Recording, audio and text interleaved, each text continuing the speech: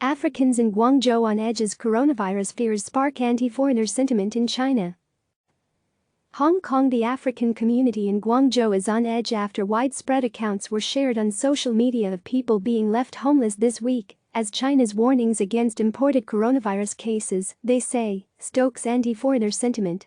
In the southern Chinese city, Africans have reported being evicted from their homes by landlords and turned away from hotels, despite many claiming to have no recent travel history or known contact with COVID-19 patients. CNN interviewed more than 24 Africans living in Guangzhou, many of whom told of the same experiences. Being left without a home, being subject to random testing for COVID-19, and being quarantined for 14 days in their homes, despite having no symptoms or contact with known patients. Health authorities in Guangdong province and the Guangzhou Public Security Bureau did not respond to CNN's request for comment. M-infographic 1,586,505,408,648, background. URL cdn.cnn.com cnn.e interactive HTML5 Video Media 2020-0410 Guangzhou SMALLX2.png, no repeat 00 transparent, margin bottom. 30px, padding top. 137.33333333333334%, width. 100%, moz-background-size. Cover, o-background-size. Cover, webkit-background-size. Cover, background-size.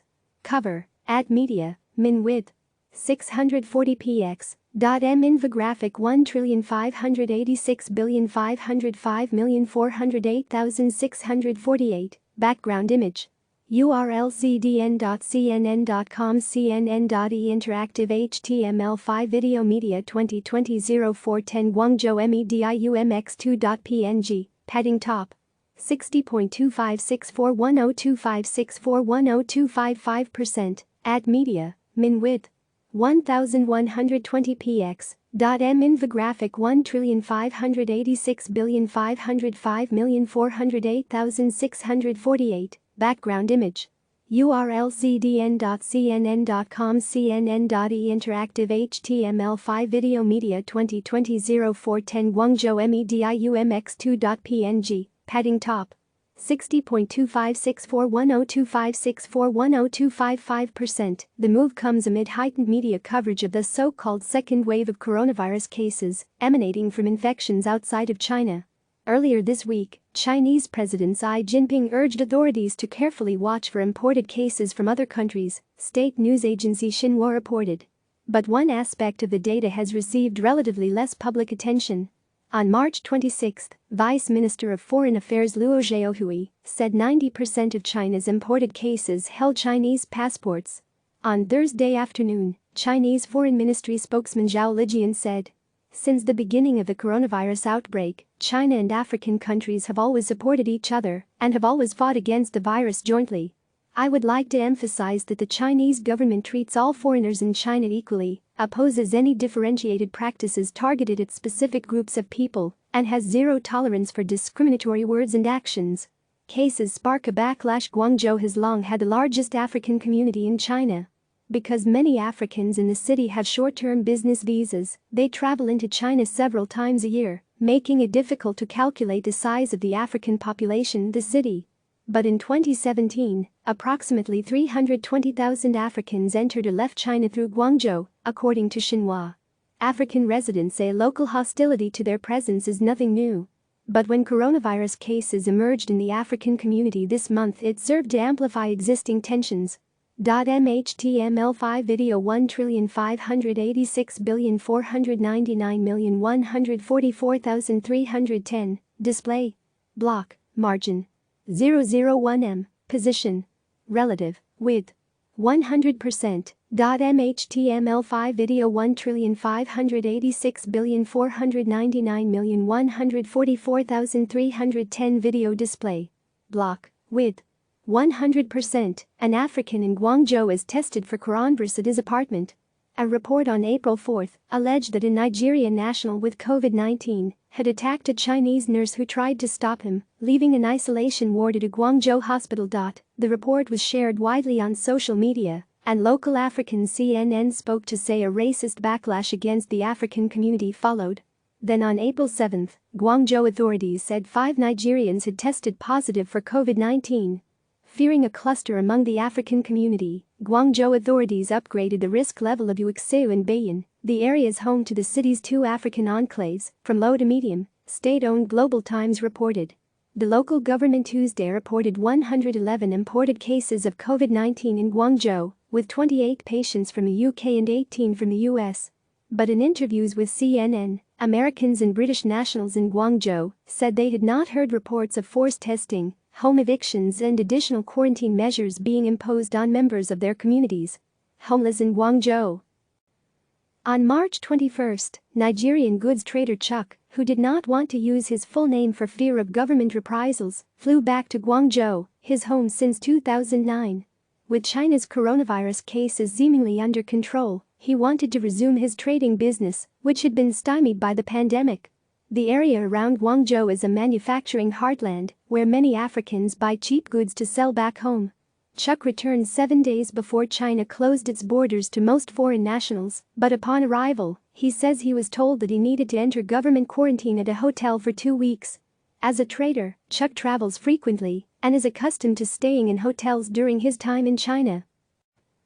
But on Tuesday, Chuck says that when he was released, along with about 15 other Africans with a clean bill of health, they effectively became homeless. "We went to the hotel with the certificate, but we were rejected," he said. The group went to the police station to report that hotels were refusing to let Africans stay, but they refused to talk to us.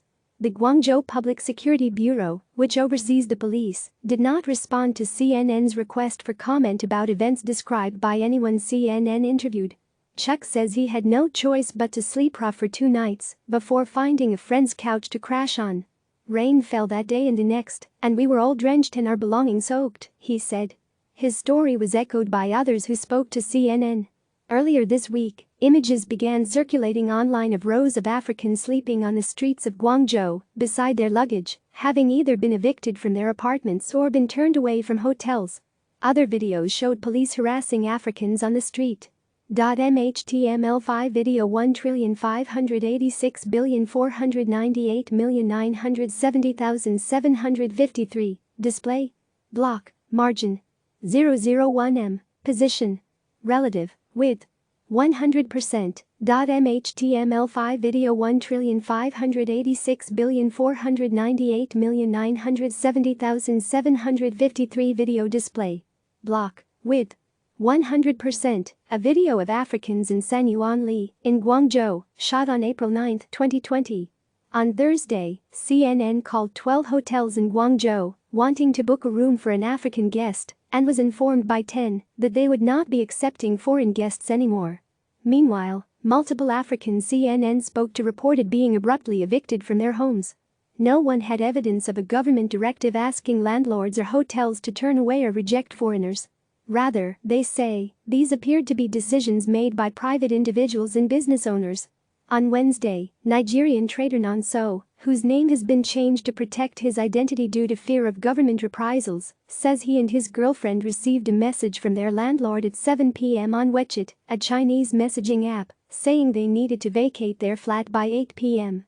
"I told him I can't vacate in 1 hour," said Nonso, who pays 1,500 yuan, $212 a month for his apartment in the Nanhai district of Guangzhou, and has lived in China for 3 years.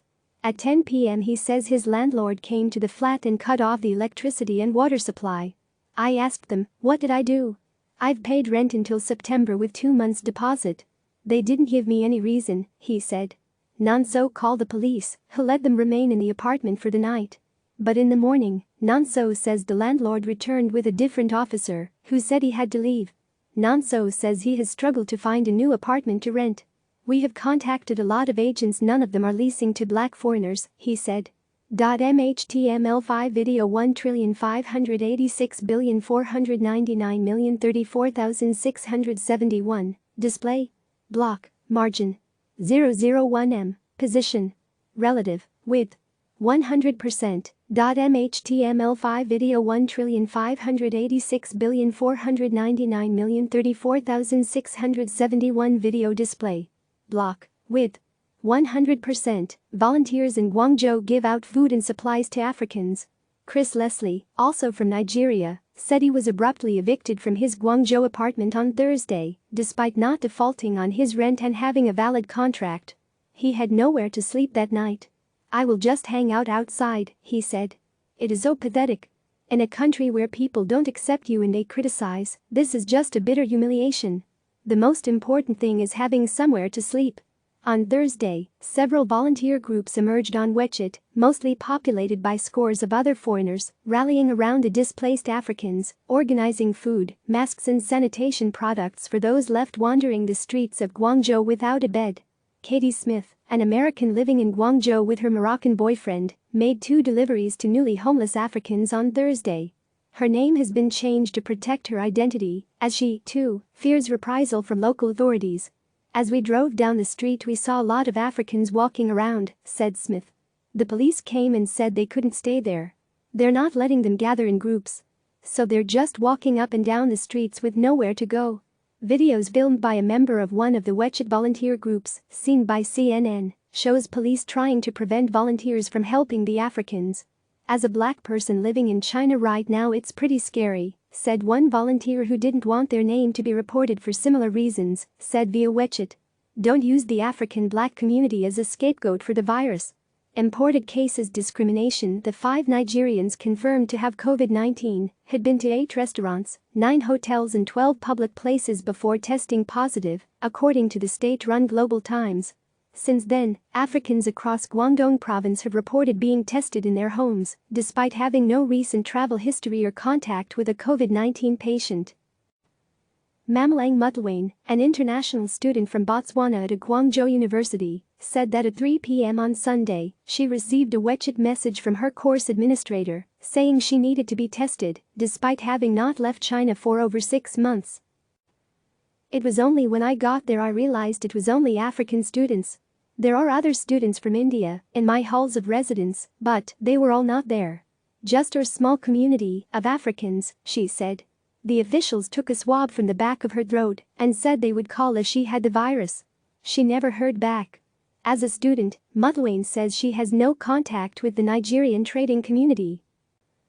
Meanwhile, in Shenzhen, a city about 140 kilometers (87 miles) south of Guangzhou, Yusuf, a Senegalese man who did not want to disclose his surname for security reasons, said that at 1 p.m. on Wednesday, the Chinese authorities came to the apartment he shares with his Canadian wife in a compound with many foreign residents.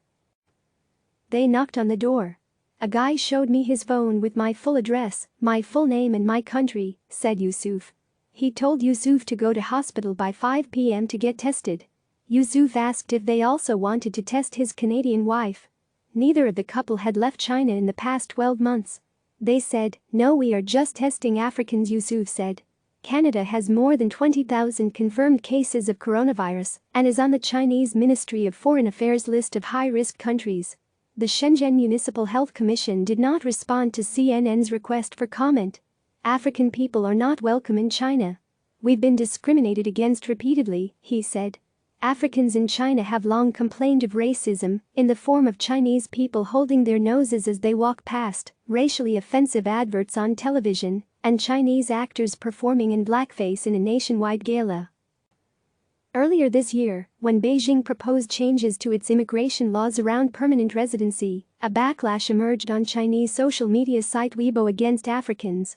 Many of the comments have since been removed from the platform. Africans on lockdown. Smith, the American expat who helped coordinate the food drop, lives in Guangzhou with her Moroccan boyfriend. In late February, the couple went on holiday to Malaysia. She returned on March 17 and says she was asked to self-isolate at home for 14 days. He returned on March 25 and says he went into a government quarantine facility, paying 400 yuan ($56) a night at a designated hotel, and emerged on Wednesday after testing negative twice. On Thursday, health authorities came to the couple's flat and said that Smith's partner, who did not want to be identified in this piece, would have to quarantine at home for 14 days because all Africans in the city were being put on lockdown, Smith says. Smith says her employer, an international school in Guangzhou, was informed on Thursday that all Africans needed to go into lockdown, as it has several South African employees. CNN has spoken to several other Africans who were visited by authorities on Thursday and told they needed to quarantine at home for 14 days. They say police put alarms on their front doors, which will alert officials if they leave home.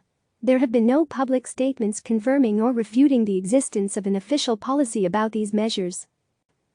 Smith was told if she chose not to live in the apartment she shares with her African boyfriend, who has twice tested negative for the virus, she would not have to quarantine.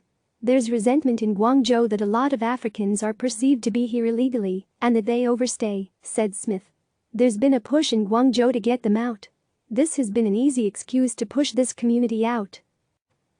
When the authorities came to Peter Busari's Guangzhou apartment on Wednesday to test him, he filmed the exchange and went live on Facebook. That footage shows officials also asking to see his passport and checking his visa. Wang Wei, a PhD candidate at the University of Hong Kong, who has been studying the African community in Guangzhou for several years, said testing Africans gave the government a chance to conduct a mass checking of passports, too. It threatens the undocumented Africans, he said. Officially, African foreigners in Guangzhou decrease every year, but we all know that undocumented Africans still live in this circle doing business underground or through brokers. But because of the pandemic they will become exposed. Those caught overstaying their visas will be taken into police custody, asked to pay a 10,000 yuan $1,421 fine, and often charged for their airfare back to their home country, said Wang. Roberto Castillo, an assistant professor at Lingnan University, who has researched the African community in Guangzhou for nearly a decade, says the Uxiu district where the Nigerian COVID-19 cases were found has historically been a place where the African community is in more tension with the authorities and was a troubled site during the Ebola crisis of 2014, when Africans of all nationalities were stopped and checked, regardless of whether they were from affected nations. In 2009, a riot among Africans was sparked in Uxiu after a Nigerian man who was rumored to be undocumented was injured jumping from a building to avoid a passport check. Africans in Guangzhou have been encouraged to leave the city in recent years through a series of immigration policies, economic developments and heightened policing. Meanwhile, on Thursday reports emerged from Africans in China that the crackdown on Africans is wider than Guangzhou. One Ghanaian family in Beijing, with no recent travel history or contact with COVID-19, reported that police came to their apartment in the early hours of Thursday morning and ordered them to leave. The Ghanaian embassy in Beijing confirmed that 2 Ghanaian nationals were currently seeking refuge there, but declined to comment. Africans in Chengdu in Fujian province also told CNN they had been visited by community officials. China-Africa relations: why are we being discriminated against like this? Are there no Chinese in Africa? One African is heard asking a Chinese policeman on the street in Guangzhou in a video shot on Thursday evening, as many faced another night sleeping rough on the streets of the city.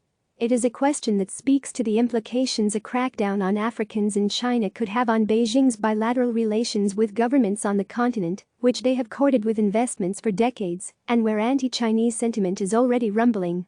About 1 million Chinese are estimated to be living in Africa.